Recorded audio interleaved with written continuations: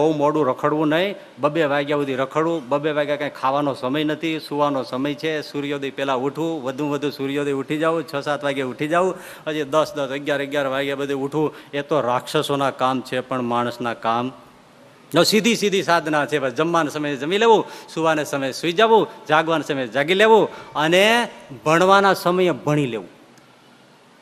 15 વર્ષ જો સુખને એક બાજુ નાખી અને જો મહેનત મંડી પડે ને તો પછી 60 વર્ષ દુબાકા દેવાના થાય. હવે 15 વર્ષ બધા તમે જુઓ કોલેજનો એમને 3 વર્ષ કાઢે, FY, SY, TY પછી હલવાય. FY, SY, TY પછી હલવાય.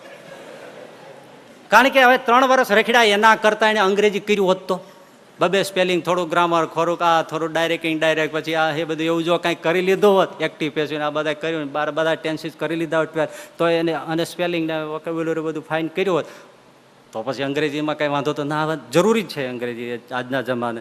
તો એ રખડે ને પછી હલવાય બધા.